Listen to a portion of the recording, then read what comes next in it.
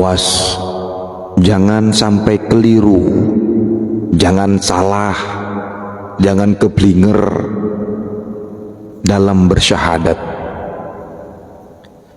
Sahabat-sahabatku, saudara-saudaraku yang aku cintai, yang aku sayangi karena Allah, yang disebut Muhammad itu ada dua dimensi, walaupun wujud keduanya sama dan menempati wadah yang sama. Muhammad yang Nabi syahadatnya pun sama dengan manusia lainnya, La ilaha illallah wa Muhammad Rasulullah. Syahadatnya beliau bukan wa ana Rasulullah ya. Artinya di balik Muhammad yang Nabi, Muhammad bin Abdullah, ada Muhammad lainnya yang disaksikan Nabi sebagai Rasulullah. Berarti di situ ada dua dimensi dari dua Muhammad yang berbeda, walaupun ada dalam wadah yang sama dan wujud yang sama-sama, anak Abdullah. Muhammad yang Nabi itu manusia, sama dengan kita. Sedangkan Muhammad yang dibaliknya yang Nabi itulah Nur Muhammad. Ini rahasia besar. Rahasia besar agama ada di situ. Frekuensi channel Tuhan ada di situ. Rasulullah ada di situ. Nabi Muhammadnya manusia, tapi Nur Muhammadnya bukan manusia, tapi menempati manusia. Maka syahadat umat akhir zaman yang tidak mungkin ketemu johirnya Nabi Muhammad SAW, peluangnya tetap bisa ketemu apa yang disebut sebagai Nur Muhammad, sebagai utusan Allah, walaupun menempati wadah waris yang berbeda. Mari kita cerita logika. Zaman ini Nabi Muhammad terpaut 1500 tahun lalu. Tidak ada foto beliau, tidak ada lukisan beliau, tidak ada patung beliau. Maka syahadat penyaksian Muhammad Rasulullah harusnya kepada Muhammad yang bukan manusianya. Karena ini hal yang mustahil. Peluang syahadat menyebut Muhammad yang manusia hanya sebatas lip sync saja. Karena kan nggak mungkin disaksikan atau kesaksian palsu atau dusta. Jika syahadatnya saja dusta, apalagi sholatnya, zakatnya, puasanya, hajinya, hatinya, atau amal ibadah lainnya, semuanya palsu dan dusta. Hanya syahadat akal saja, nggak mungkin bisa nembus ruhnya kalau pakai akal.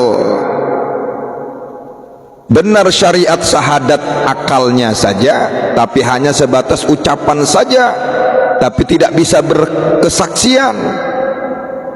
Maka pantas orang yang bersyahadat secara syariat tidak menyaksikan yang sebenarnya Muhammad, ngaji hakikat, tapi bersyahadatnya masih menggunakan akal, maka hatinya pun tidak menyaksikan Allah. Maka maklum dan pantas manusia yang begini masih melakukan penyerangan-penyerangan, kedengkian-kedengkian, keiri hatian, kebakhilan, kesombongan, kesyirikan, kemunafikan. Lisannya masih berbau busuk, lisannya masih mau menggibah, membuka aib, menghina orang. Kenapa? Dia tidak menyaksikan yang benar-benarnya, benar-benar dalam penyaksian kepada Muhammad yang sesungguhnya. Maka saudara, sedangkan orang-orang yang ketemu teknik atau metode tinggi tarikatullah, kita akan diajari sampai ketemu bahwa antara manusia dengan Tuhan, di tengah-tengahnya ada guru cahaya yang membawa nurun ala nur, yang disebut sebagai Nur Muhammad, yang itulah disebut sebagai Muhammad Rasulullah. Dan syahadatnya bisa bersaksi ketika ruhnya yang bersyahadat. Saya ulangi kalimatnya, syahadatnya bisa bersaksi ketika ruhnya yang bersyahadat. Artinya Muhammad yang Rasulullah itulah guru rohani. Karena yang bisa mengenalkan, mengislamkan ruh kita adalah guru rohani, atau yang disebut sebagai mursyid, yang menempati wadah seorang wali, yang disebut di dalam Al-Kahfi ayat 17 sebagai waliya mursyida. Itulah Nur Muhammad, itulah Rasulullah Muhammad di akhir zaman. Kenal di alam ruh, maka syahadatnya pasti terpraktekkan, tersaksikan, potensinya hidup dan menghidupkan. Ada potensi ketuhanan yang tersalur di baliknya syahadat tersebut. Karena kunci menuju Islam mesti harus wajib lewat syahadat dulu, ya toh? Saudara-saudara yang Allah muliakan, mudah-mudahan dengan singkat ini uraian atau yang kita sampaikan membuka nalar logika kita semua agar sadar bahwa selama ini kita masih sebatas syahadat palsu dan dusta. Semoga dengan adanya kajian ini, mohon maaf kalau agak keras, ini bukan kekerasan tapi menegaskan, mohon maaf, supaya sadar kita semua bahwa syahadat kita selama ini masih dusta, masih palsu. Tapi seakan-akan kita tuh menganggap orang lain itu lebih rendah kajiannya.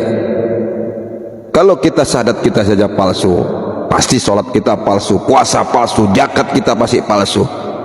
Sadarin itu supaya kita itu tidak menganggap ibadah orang lain itu salah, atau suka menghina orang lain, mengancam orang lain, menggibah, bakhil, dengki, iri hati dan sebagainya. Kenapa? Karena syahadatnya palsu. Semoga banyak yang berjuang mencari guru Nur Muhammad, guru Rasulullah, guru waliyah mursyidah. Ya, Allah pernah menyebutkan dalam surat Taubah ayat 128, akan selalu ada Rasul di tiap-tiap zamanmu dan dari kaummu sendiri. Jadi kalau kita baca ayat ini baru masuk akal bahwa peluang syahadat umat akhir zaman yang tidak ketemu johirnya Nabi Muhammad tetap bisa bersyahadat kepada Muhammad Rasulullah. Cari, berjuang, terus belajar, karena tidak akan ketemu jika tidak dipilihnya untuk ketemu. Hanya yang dipilih, ditunjuki dan dikehendakinya saja.